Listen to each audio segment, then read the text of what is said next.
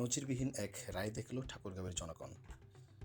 অপরাধীদের আত্মীয় স্বজন, শুভাকাঙ্ক্ষী এবং বাড়ির মানুষদের হাহাকার দেখছে সবাই। এটি মূলত ঘটেছিল 2011 সালের দিকে।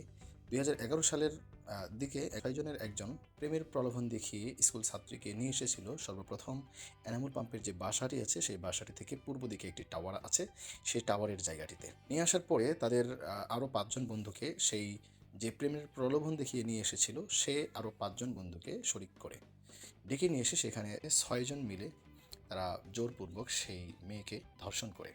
তখন সেই 6জনই ভয়ে সেখান থেকে চলে যায়। পরবর্তীতে সেই মেয়েটি কোনো পাস্ত না পেয়ে সে পার্শ্ববর্তী যে এলাকা রয়েছে বাড়িগুলো, সেই বাড়িগুলোতে এসে আশ্রয় নেয় এবং সেই মানুষেরা তাকে কাপড় দেয়। কাপড় দেওয়ার পরে সে তার লজ্জা নিবারণ করে। এরপরে তাকে পরবর্তী সময়ে সেই মেয়ের বাড়িতে হস্তান্তর করলে সেই মেয়ের আপনজন যারা তাকে হাসপাতালে ভর্তি করে। দীর্ঘদিন চিকিৎসা দেওয়ার পরে সেই মেয়ে সুস্থতা ফিরে পায়। এর পরবর্তী সময়ে সেই মেয়ের পক্ষ থেকে এই 6জনের বিরুদ্ধে মামলা করা হয় এবং দীর্ঘ 12-13 বছর পরে আজকের সেই রায় হলো 3জনের নামে আমৃত্যু কারাদণ্ড, অর্থাৎ মৃত্যুর আগ পর্যন্ত তারা কারাভোগ করবে এবং 3জনের যাবজ্জীবন হয়েছে। তার মধ্যে 5জনকে আটক করা হয়েছে এবং 1জন এখন পর্যন্ত পলাতক। মূল কথা হচ্ছে, এখানে আমাদের একটা শিক্ষা আছে। শিক্ষা হচ্ছে, অপরাধ আপনি যখনই করেন অপরাধের শাস্তি অবশ্যই হবে। এরও তো কেবল গেল দুনিয়ার শাস্তি, এরপরে আছে আখিরাতের শাস্তি।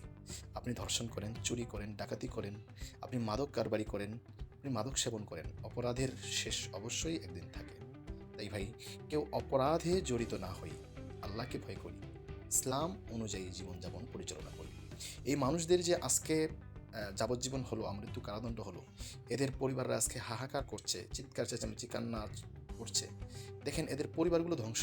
এদের অনেকেরই আছে ছেলে মেয়ে, অনেকেরই ছেলে মেয়ে বড় হয়ে গিয়েছে, বিবাহ দেওয়ার লায়ক হয়ে গিয়েছে। আবার একজনের আছে যে বৌমা পর্যন্ত নিয়ে এসেছে ছেলের বিয়ে দেওয়ার পরে।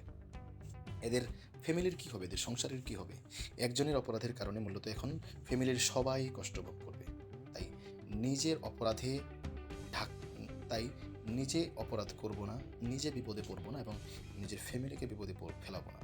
এই ধারণা, এই চিন্তা এবং আল্লাহর ভয় নিয়ে যদি আমরা চলি, ইসলামী মূল্যবোধ যদি আমাদের মধ্যে থাকে, তাহলে এমন অপরাধ আমাদের সমাজে আর ঘটবে না। এই রায়টি আমাদের জন্য শিক্ষা হোক এবং এই অপরাধ থেকে যুব সমাজ থেকে শুরু করে সর্বস্তরের সর্ববয়সের মানুষ দূরে থাকুক, এই আশাবাদ ব্যক্ত করছি। ধন্যবাদ সবাইকে।